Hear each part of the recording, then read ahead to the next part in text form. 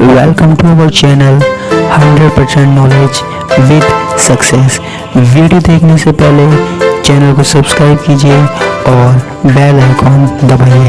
Good morning students, मैं यश Husaini BSc second year की physics class में आपका स्वागत करता हूं। आज की क्लास में हम दूसरा फिल्टर पढ़ रहे हैं। कौन सा? श्रेणी प्रेरकत्व फिल्टर, यानी कि सीरीज इंडक्टर फिल्टर। ये क्या होता है? हमारे पास जो दिष्टकारी होता था, रेक्टिफायर होता था, हाफ वेव और फुल वेव, उससे प्राप्त जो आउटपुट वोल्टेज थी वो हमारे पास कैसी मिलती थी? पल्सेटिंग मिलती थी, है ना, स्पंदमान मिलती थी। यानी कि उसमें दिष्ट के साथ साथ कुछ भाग प्रत्यावर्ती का भी होता था, डायरेक्ट के साथ कुछ भाग अल्टरनेटिंग का भी होता था। यानी कि उसमें क्या पाई जाती थी? रिपल पाई जाती थी, उर्मिका पाई जाती थी। उनको हटाने के लिए हम किसका उपयोग करते हैं? फिल्टर का उपयोग करते हैं। तो आज हम जो फिल्टर डिस्कस करेंगे वो क्या है हमारे पास? श्रेणी प्रेरकत्व फिल्टर। तो देखो इसमें क्या होता है, सबसे पहले मैं हाफ वेव रेक्टिफायर का डायग्राम बनाता हूँ, अर्ध तरंग दिष्टकारी का। तो ये हमारे पास क्या है? ट्रांसफॉर्मर है। यहाँ पर हमारे पास वोल्टता आरोपित होती है। इसमें क्या होता है? हमारे पास एक डायोड होता है डी। ट्रांसफॉर्मर की जो सेकेंडरी कॉइल है, द्वितीय कुंडली पर वोल्टता कितनी आई है? वीएस। ये सब कुछ हम पहले की क्लास में पढ़ चुके हैं ना। इसके बाद हमारे पास क्या होता है? यहाँ पर लोड होता है हमारे पास क्या? R L. ये कौन सा दिष्टकारी है? हाफ वेव, यानी अर्ध तरंग दिष्टकारी है। और यहाँ से हम क्या लेते थे? वोल्टता लेते थे, आउटपुट लेते थे, ठीक है। इसके बाद अगर हम, ये तो कौन सा है? हाफ वेव, यानी कि अर्ध तरंग दिष्टकारी। एक हम बात करते हैं किसकी? फुल वेव की। फुल वेव यानी कि पूर्ण तरंग दिष्टकारी। इसमें क्या होता था? हमारे पास एक ट्रांसफॉर्मर होता है। हमारे पास क्या होता है? ट्रांसफॉर्मर। यहाँ पर इनपुट वोल्टता है, ठीक है। इसके बाद हमारे पास क्या होते थे? दो डायोड होते थे। एक होता था D1 और दूसरा होता था क्या? D2 होता था। D1 और D2 होता था। यहाँ सेंटर से हम एक वायर लेते थे और यहाँ लगा देते थे क्या? लोड। और यहाँ से हम क्या लेते थे? निर्गत वोल्टता लेते थे, ठीक है। और यहाँ से हमारे पास, यहाँ से एक वायर लगा होता था इस तरीके से, ठीक है। तो ये जो है ना हमारे पास, वो हाफ वेव रेक्टिफायर और फुल वेव रेक्टिफायर के क्या है? सर्किट डायग्राम है। अब देखो श्रेणी प्रेरकत्व फिल्टर क्या होता है, ये ध्यान रखना है। श्रेणी प्रेरकत्व फिल्टर कैसे बनाया जाता है ताकि हम रिपल को और मिका को क्या कर सके? कम कर सके। तो देखो इसमें क्या होता है, ये जो आरएल दिखाई दे रहा है आपको दोनों में, हाफ वेव में भी और फुल वेव में भी, इस आरएल के यहाँ से तो हम आउटपुट लेते ही हैं, ठीक है। इसको मैं अभी ऐसे बना देता हूँ, देखो हटा देता हूँ ताकि अच्छा समझ में आ जाए, ठीक है। आउटपुट तो किससे लेते हैं? हम लोड से ही लेते हैं, ठीक है ना, क्लियर है। अब जब हम फिल्टर बनाते हैं ना, तो यहाँ पर आरएल के क्या? श्रेणी क्रम में, जिससे समझ में आ जाए, यहाँ हम एक क्या लगा देते हैं? ये लगा दी हमने क्या? कुंडली लगा दी, कोइल लगा दी, ठीक है। क्या लगा दिया हमने? कुंडली, कोइल लगा दी, इंडक्टर लगा दिया हमने ना। ये देखो एल का, क्लियर है ये वाली बात? इंडक्टर लगा दिया और आरएल के ये क्या है? सीरीज में है। ऐसे ही इसमें लगा देते हैं हम, देखो सीरीज में लगा देते हैं, ये लगा दिया एल, क्लियर है। तो ये जो फिल्टर है ना, वो कौन सा फिल्टर बन जाता है हमारे पास? श्रेणी प्रेरकत्व फिल्टर बन जाता है, सीरीज इंडक्टर फिल्टर बन जाता है, ठीक है। अब इसमें भी हमें इसकी वर्किंग समझनी है थोड़ी सी। वो वर्किंग क्या होती है? तो देखो इसकी जो वर्किंग यहाँ पर आप पढ़ोगे, और इसके लिए हम रिपल फैक्टर यानी उर्मिका गुणांक भी ज्ञात करेंगे। कि जब हम ये लगा देते हैं, एल लगा देते हैं हम यहाँ पर, तो कितना हमारे पास कम हो जाती है उर्मिका, उसके लिए हम क्या फाइंड आउट करते हैं, उर्मिका गुणांक की वैल्यू फाइंड आउट करते हैं। तो उर्मिका गुणांक जो हम फाइंड आउट करेंगे, जो डेरिवेशन बनाएंगे ना, वो है फुल वेव रेक्टिफायर के लिए। किसके लिए है, फुल वेव रेक्टिफायर के लिए है। ठीक है, तो डेरिवेशन जो हम देखेंगे वो फुल वेव रेक्टिफायर के लिए देखेंगे।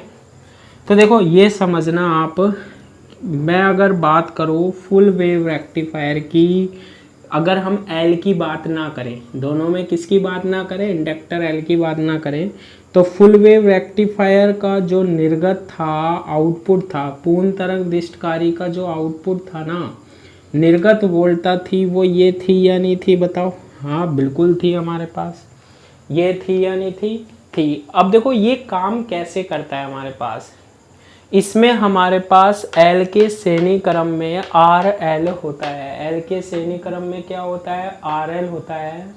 ठीक है, ये जो हमारे पास कुंडली होती है, हमारे पास ये जो हमारे पास इंड्यूस कॉइल होती है, प्रेरक कुंडली होती है, इसकी हेल्प से हम उर्मिका को क्या करते हैं, कम करते हैं। उर्मिका क्या होती है, हमें चाहिए कैसी, ये वाली, और मिल कैसी रही है, ये वाली मिल रही है, तो ये स्पंद है ना, ये कम करने हैं हमें, और ऐसी चाहिए। तो इसमें हम किसकी हेल्प से कम करते हैं, किसकी हेल्प से कम करते हैं, इस कुंडली की हेल्प से, इस कोयल की हेल्प से हम क्या करते हैं, कम करते हैं। ठीक है, जब होता क्या है इसमें, जो ये हमारे पास दिष्टकारी है, इसकी निर्गत जो धारा होती है, ठीक है, दिष्टकारी से यहाँ पर जो करंट फ्लो होगी लोड पर, ठीक है, कहाँ पर आएगी, हमारे पास करंट फ्लो होकर लोड पर आएगी, चाहे हाफ वेव की बात करें चाहे फुल वेव की बात करें, लेकिन हम यहाँ समझाएंगे किसकी, फुल वेव की।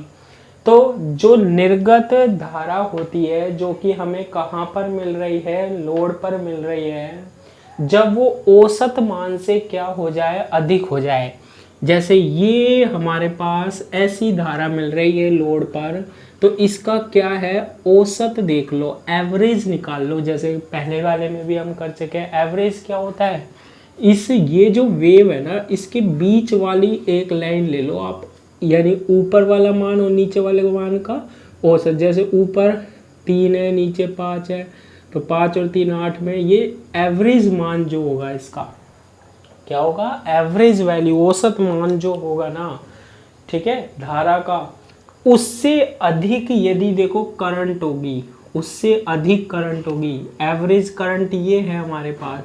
जैसे हमारे पास अगर मैं बात करूँ, इसमें ऐसे दर्शा दूँ, ऐसे ये मान लो औसत करंट है ये हमारे पास, क्योंकि ये देखो ये मान ऊपर नीचे वेरी कर रहा है ना, तो इसका औसत कहाँ होगा हमारे पास, कभी बढ़ रहा है फिर घट रहा है, इसका औसत कहाँ होगा, बीच में।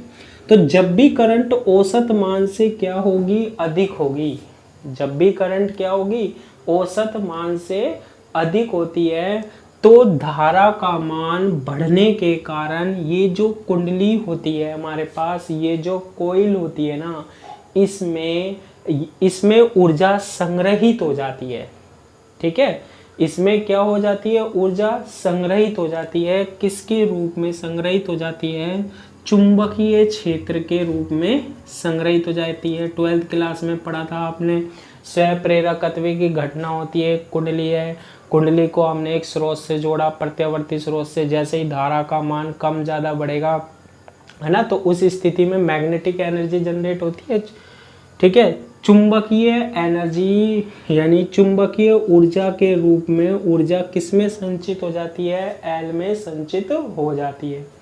अब क्या होगा, जैसे ही लोड पर, अब ये देखो धारा बढ़ रही है, तो किसके रूप में संचित हो जाएगी, यहाँ पर इनमें एल में, चुंबकीय क्षेत्र के रूप में।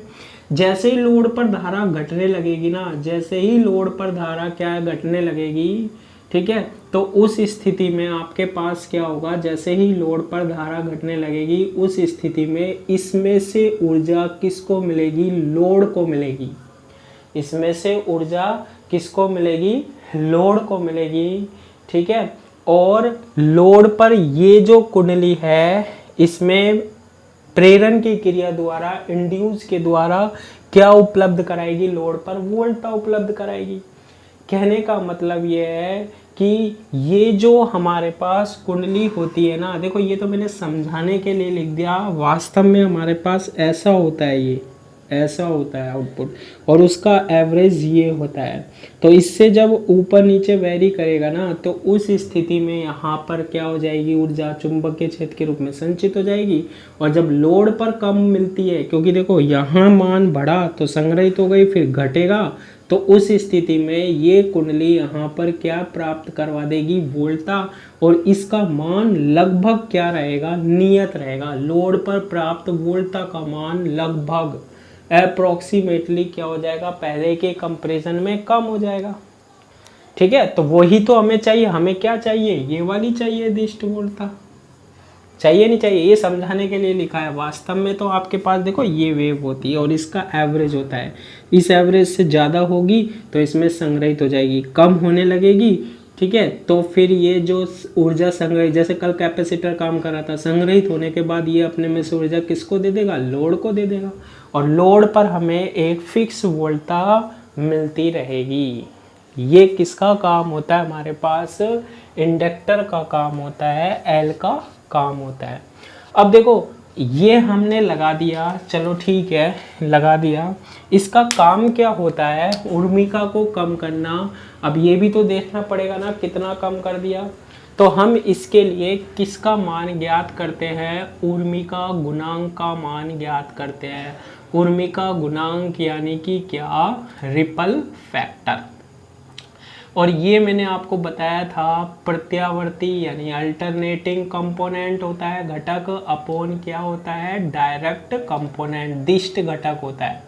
और ये हम वोल्टता के रूप में भी ले सकते हैं, EAC अपॉन EDC, और किसके रूप में भी ले सकते हैं? करंट के रूप में भी लेते हैं। वोल्टेज के रूप में भी ले सकते हैं और करंट के रूप में भी ले सकते हैं, है ना। यहाँ पर जो डेरिवेशन सोल्व करूँगा ना मैं, वो करंट के रूप में सोल्व करूँगा। और कल जो हमने किया था फर्स्ट क्लास में, वो किसके रूप में था? हमारे पास वोल्टेज के रूप में था। तो इसको करने के लिए हम फुल वेव रेक्टिफायर के लिए करेंगे, है ना। तो सबसे पहले मैं बात कर रहा हूँ किसकी? कि पूर्ण तरंग दिष्टकारी से प्राप्त, पूर्ण तरंग दिष्टकारी से प्राप्त क्या? निर्गत क्या? वोल्टता क्या होती है? पूर्ण तरंग यानी फुल वेव जो रेक्टिफायर है ना, इससे लोड पर कितनी वोल्टता मिलती है? ठीक है, इससे वोल्ट, हमने फुल वेव रेक्टिफायर पढ़ा था ना, इससे वोल्ट पर कितनी वोल्टता मिलती है लोड पर, है ना। तो देखो इसको हम ऐसे रिप्रेजेंट करते हैं, कितनी? V0 is equal to 2EM upon कितना? पाई, 2EM upon pi minus 4EM upon 3 pi cos 2 omega T.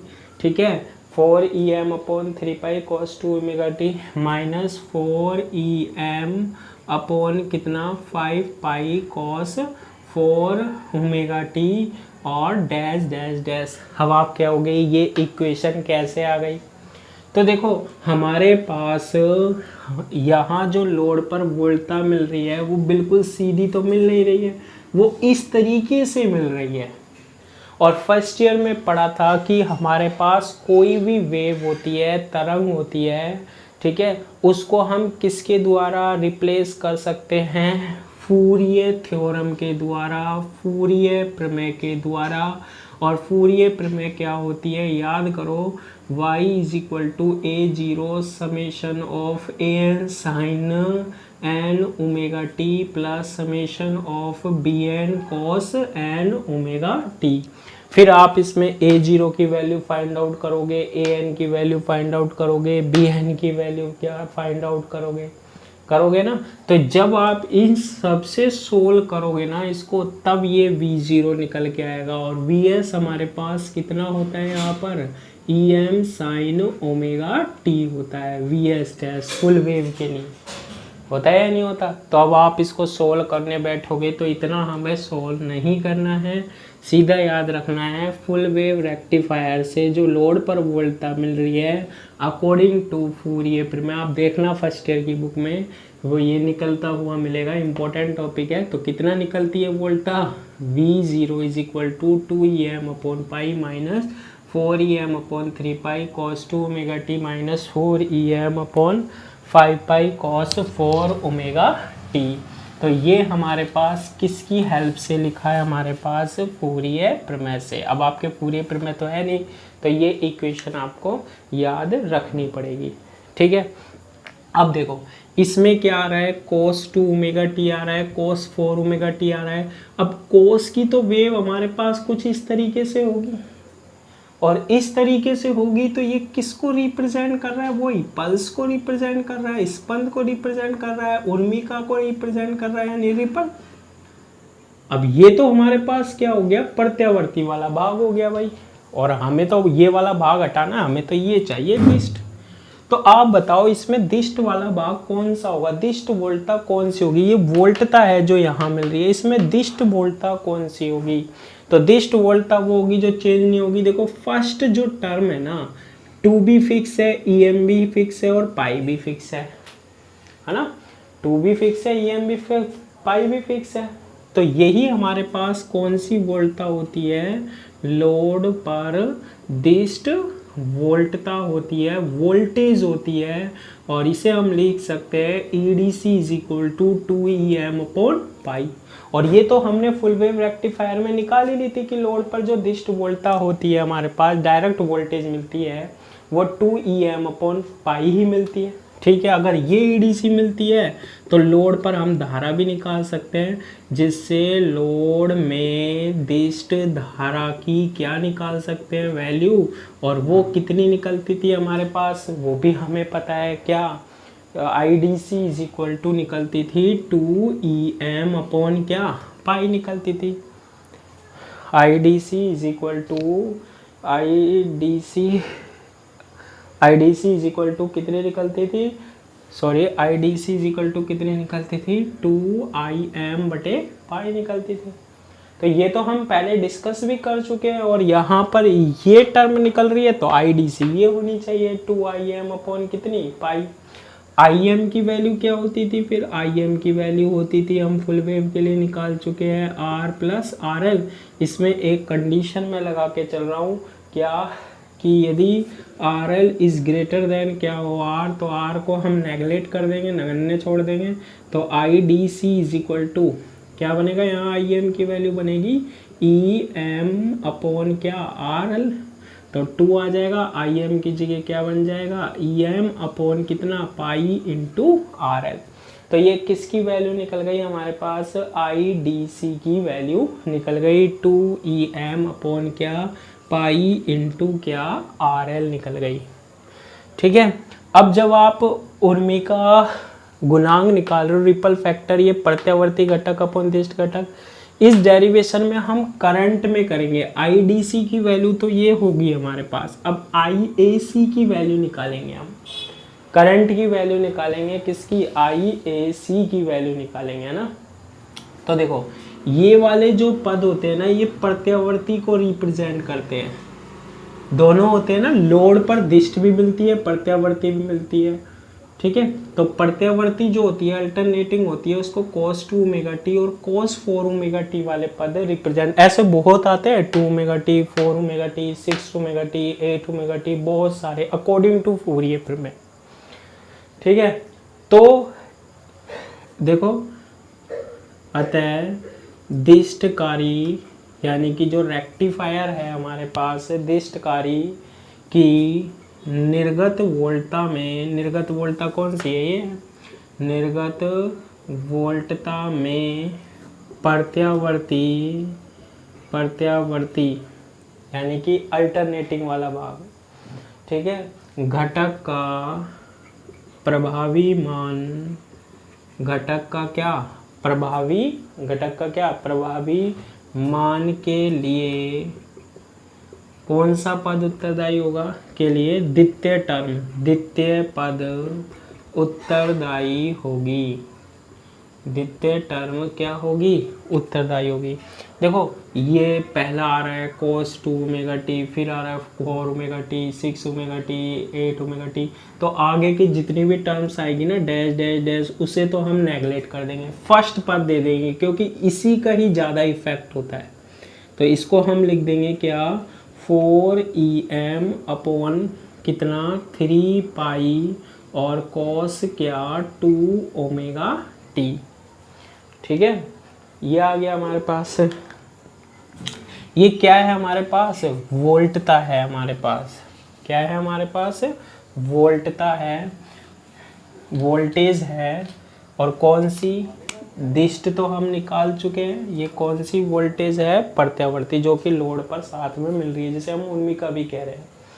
ठीक है, अतः प्रत्यावर्ती जो वोल्टता होगी, प्रत्यावर्ती घटक यानी कंपोनेंट, यानी कि क्या बोलते हैं, वोल्टता का जो प्रभावी मान होगा। ठीक है, कहने का मतलब है कि भैया यहाँ पर आप बताओ, दिष्ट तो आपने बता दी, ये आ गई, ये हो गई, है ना।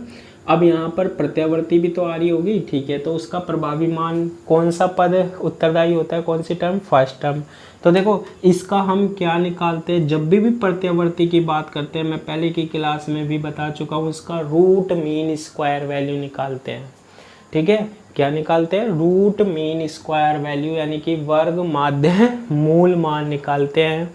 तो देखो 4em अपॉन पाई का, इसे हम बोल सकते हैं प्रत्यावर्ती की वोल्टता EAC। तो देखो 4em अपॉन 3 पाई तो क्या है, कांस्टेंट है। 4em अपॉन 3 पाई तो क्या है, कांस्टेंट है। अब वर्ग माध्य मूल मान जो IRMS हम पहले हम निकाल सकते हैं, पहले हम निकाल चुके हैं, I बराबर Im साइन ओमेगा टी का ना। वर्ग माध्य मूल मान जो IRMS निकल, रूट मीन स्क्वायर वैल्यू निकलती है ना, वो कोस और साइन की निकलती है। तो इसको जब आप वर्ग माध्य मूल मान को सोल्व करोगे ना, हमेशा ध्यान रख लेना, बार बार सोल्व करने की जरूरत नहीं है। इसकी वैल्यू आती है 1/√2। कैसे निकालोगे, वही रूट 0 से t e स्क्वायर dt वाले फॉर्मूले से। तो इसकी जो वैल्यू आती है ना, वो हमेशा होगी 1/√2। तो EAC इज इक्वल टू क्या आ जाएगा, 4em अपॉन 3 पाई√2। इतनी प्रत्यावर्ती वोल्टता मिलती है हमारे पास कहाँ पर, लोड RL पर। लोड RL पर हमारे पास कितनी मिलती है प्रत्यावर्ती वोल्टता, 4em अपॉन 3 पाई√2। अब देखो ये जो है, ये और ये, अब करंट ऐसे फ्लो हो रही होगी। अब ये L और R क्या है, श्रेणी क्रम में है। ठीक है, RL व L कौन से क्रम में है, श्रेणी क्रम में है। यहाँ लोड पर वोल्टता कितनी मिल रही है भैया, यहाँ पर लोड पर वोल्टता कितनी मिल रही है, ये मिल रही है। अब आपको लोड पर करंट निकालनी है, लेकिन देखो लोड पर जब करंट निकालोगे तो श्रेणी क्रम में तो करंट की वैल्यू सेम होती है। L और R दोनों श्रेणी क्रम में है ना, है या नहीं है, सीरीज कॉम्बिनेशन में। तो L व श्रेणी क्रम में है। अब बताओ इसकी टोटल प्रतिबाधा निकालोगे। यहाँ अगर आपको करंट निकालनी है कौन सी, IAC, तो उसके लिए ये दोनों क्या है, श्रेणी क्रम में है। यहाँ आप वोल्टता निकाल चुके हो, कितनी होती है, EAC होती है। करंट क्या होती है, ओम्स लॉ, I बराबर V/R। तो टोटल प्रतिबाधा भी तो निकालोगे ना। तो 12th क्लास में अब आपने पढ़ा था, ये R होता है और ये क्या होता है हमारे पास, L होता है। इनका सीरीज कॉम्बिनेशन क्या निकल के आया था, क्या निकल के आता है देखो, और इसकी प्रतिबाधा R होती है और ये क्या होता है, L। तो इसका जो आया था ना, वो आया था, याद करना, Z इज इक्वल टू होता है रूट R स्क्वायर प्लस के XL स्क्वायर, और Z is equal to root R square plus XL की वैल्यू होती है ओमेगा L का क्या, square. XL is equal to क्या होता है, XL इज इक्वल टू क्या होता है, ओमेगा L होता है। ठीक है, XL किसकी प्रतिबाधा होती है, इसकी, और रेजिस्टेंस की तो R से रिप्रेजेंट करते ही है। तो z इज इक्वल टू आ गया R square plus omega L का स्क्वायर। ठीक है भैया, आ गया। तो अब यहाँ लोड पर धारा निकलेगी तो कैसे निकलेगी देखो, इसलिए लोड पर धारा घटक कौन सा, प्रत्यावर्ती, कैसे निकालोगे, आई ए सी से रिप्रेजेंट करोगे। कैसे निकालते हैं, आई बराबर वी अपॉन आर। वी कितना है, ये है, देखो वी कितना है, ये है। तो वी की वैल्यू कितनी है देखो, V 4 E M upon 3 pi root 2 है। आई बराबर वी अपॉन आर होता है, नहीं होता, ओम्स लॉ कहता है I is equal to V upon R. तो लोड पर वोल्टता कितनी है प्रत्यावर्ती, ई ए सी है, ये लिख दी। अब इसमें किसकी वैल्यू देंगे, आर का डिवाइड करेंगे। अब देखो जब लोड की बात कर रहे हैं ना, तो ये एल और आर सेम क्रम में है, तो करंट ऐसे ही फ्लो होगी दोनों में सेम, तो इसलिए एल भी लेना पड़ेगा, ध्यान रखना जब भी सेम क्रम में है। तो इन टोटल की प्रतिबाधा निकालोगे, आई बराबर वी अपॉन आर। आर कितना है, ये जेड है। तो बताओ जेड की वैल्यू कितनी होगी हमारे पास, जेड की वैल्यू कितनी होगी, जेड की वैल्यू कितनी होनी चाहिए, ये देखो यहाँ लिख देता हूँ मैं, आई इसको हटा देते पहले, कंफ्यूज करेगा ना।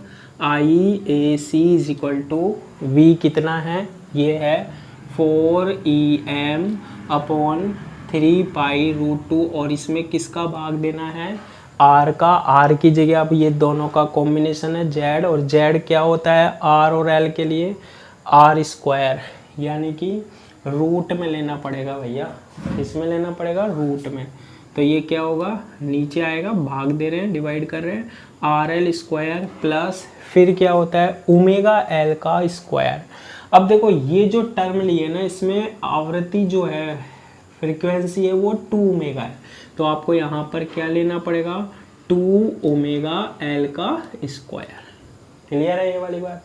इसको और सोल्व करते हैं, I A C is equal to 4 E M upon 3 pi क्या रूट 2, और ये बन जाएगा क्या R L square plus 4 omega square और एल स्क्वायर बन जाएगा, बन गया।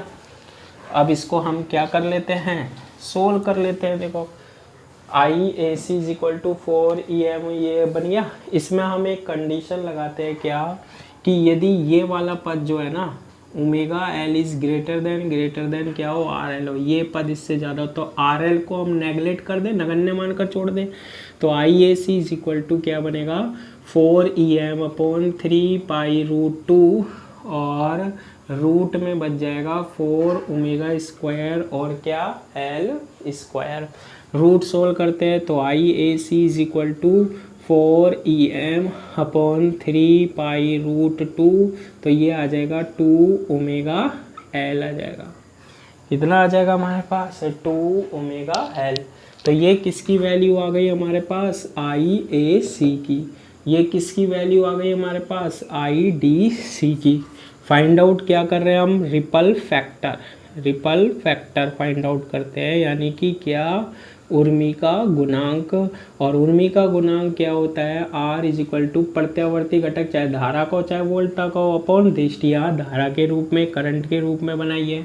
तो आई सी की वैल्यू कितनी है, 4 E M upon 3 pi root 2 into कितना 2 ओमेगा एल इंटू, इसमें आप क्या कर दो 2 ओमेगा एल, इसमें क्या कर दो डिवाइड कर दो।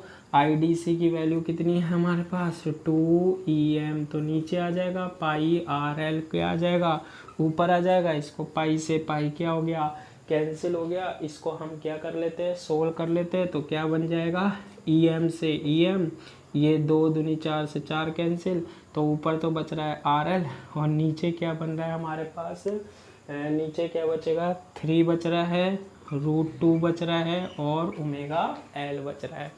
कितना बच गया, 3 रूट 2 ओमेगा एल बन जाएगा। ये क्या आ गया हमारे पास, उर्मी का गुणांक आ गया।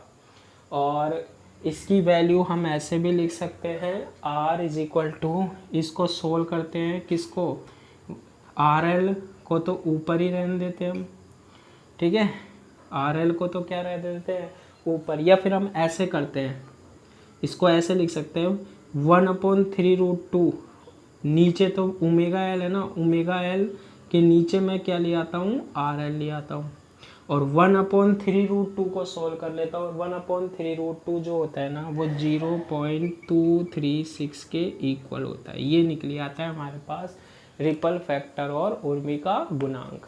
आज के लिए इतना ही। Thank you.